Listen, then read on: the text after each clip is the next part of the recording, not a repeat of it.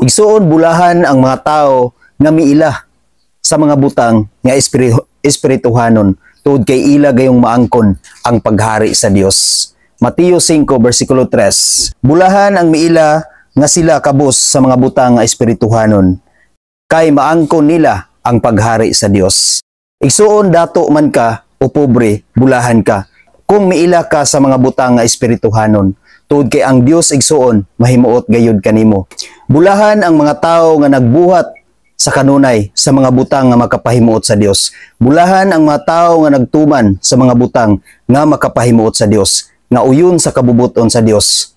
Tungod kay ang Dios sa kanunay mahimuot gayud ni ana nga tawhana. Bisan unsa man ang imong kinabuhi karon igsuon, basta nagbuhat ka sa mga butang nga nakapahimuot sa Dios, ang Dios mahimuot gayud kanimo. Dili magtan-aw ang Ginoo igsuon kung unsa kanindot ang imong kinabuhi dinhi sa kalibutan. Kung dili ang gitan-aw sa Ginoo igsuon ang naa sa imong kasing-kasing, kung unsa kana ka matinud-anon ngadto sa Ginoo. Tungod kay mag-unsa man ang kanindot sa imong kinabuhi dinhi sa kalibutan, apan dili nindot ang imong relasyon ngadto sa Ginoo, dili nindot ang imong kasing-kasing ngadto sa Ginoo, sigurado gyud igsuon kung dili nindot ang imong relasyon ngadto sa Ginoo, dili gayud mahimuot ang Dios ni ana.